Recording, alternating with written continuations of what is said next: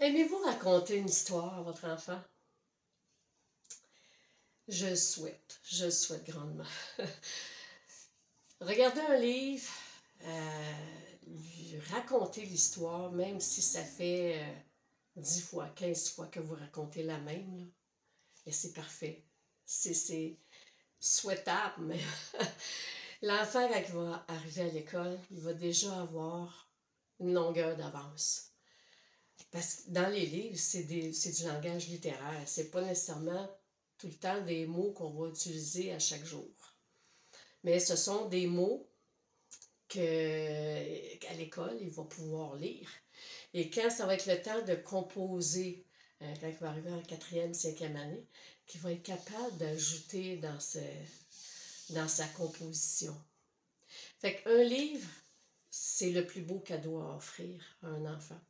C'est le plus beau cadeau à s'offrir à nous aussi en tant qu'adultes. Là, je vais vous parler, parce que moi, la lecture, c'est une de mes passions, vraiment. Avec la technique que j'ai appris l'année passée, c'est la technique de lecture interactive enrichie. C'est Pascal Lefebvre, qui est orthophoniste, qui a créé ce programme-là. Le but, c'est vraiment d'aider les enfants qui ont un défi particulier au niveau du langage, mais en même temps, c'est bon pour tous les enfants. Euh, pour l'aider à rentrer à l'école avec un plus dans son bagage, un plus dans son sac à dos. Je dis un plus au sens d'avoir un peu plus de mots, de vocabulaire, comprendre un peu plus la conscience phonologique, la conscience de l'écrit, les inférences, qui a déjà été stimulée pour ça, pour l'aider. Parce que quand l'enfant part en retard, c'est très difficile à rattraper. Donc, si on peut l'aider à avancer, à arriver à l'école plus confiant, plus sûr de lui, avec une estime de soi aussi, c'est ça qui va arriver. Je donne comme exemple, là, j'ai pris le livre La petite poule rousse, parce que c'est un livre que ça fait plus de 50 ans qu'il existe. Puis c'est une question de droit d'auteur. Ça, je peux pas présenter n'importe quel livre en vidéo comme ça. Quand on fait la lecture interactive, quand j'en fais, d'abord mon livre est préparé. Il est préparé, je sais de quoi je veux parler. Dans chaque livre, il y a toujours quelque chose d'intéressant à amener à l'enfant. Là, je dis, ouais, c'est un peu nono, mais les enfants, des fois, qu'ils ne savent pas. Regarde, ça ici, on appelle ça une page couverture. Les enfants qui ne savent pas. Il va arriver à l'école, son livre va savoir, OK, ça c'est la page couverture, c'est par là qu'on commence à regarder le livre. C'est aussi simple que ça. Pour vous donner un petit exemple de ce qui se passe, moi je raconte en CPE, je raconte une histoire quasiment tous les jours à un groupe d'enfants de 4 ans. Et je leur ai montré le point d'exclamation et le point d'interrogation. Je leur ai montré ces deux points-là. Et en leur expliquant c'est quoi.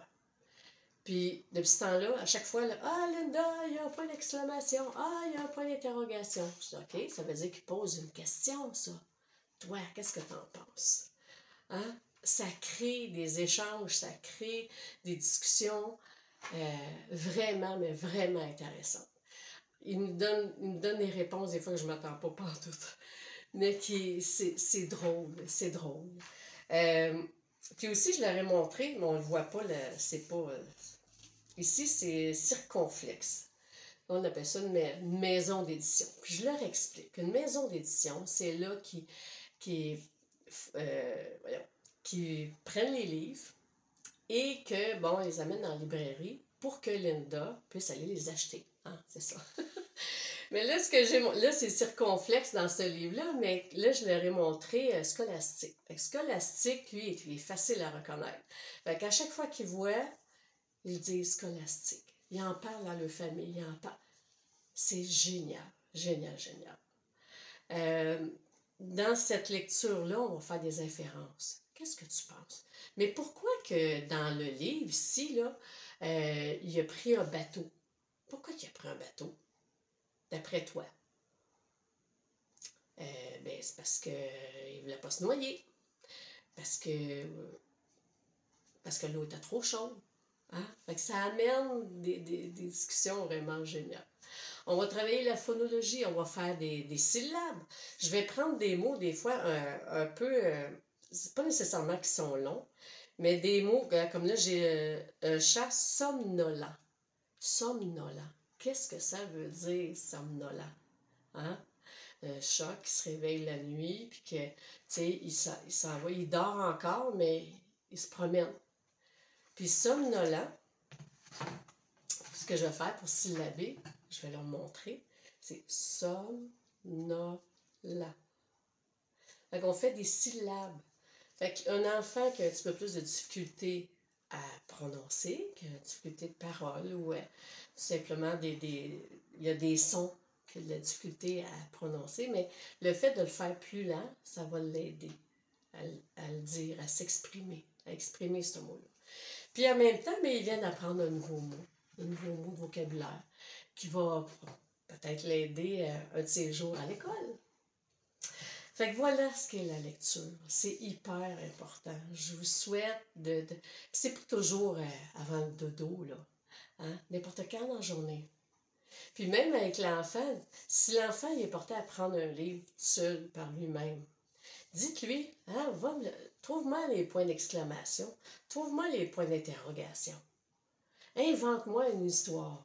Hein? Ben, soyez-vous à côté de lui, puis raconte-moi l'histoire que tu t'es inventée. Mais ça, c'est tout le côté imaginaire, créatif qui vient de se faire. Puis ils ont tellement d'imagination, les enfants, que c'est tellement drôle et agréable de les entendre. Des fois, on a des belles surprises. Fait que n'hésitez pas à sortir les livres. Il y a des bibliothèques pleines qui attendent les enfants. Puis il y a des belles librairies aussi. Alors, voilà pour un petit message concernant les livres. Merci!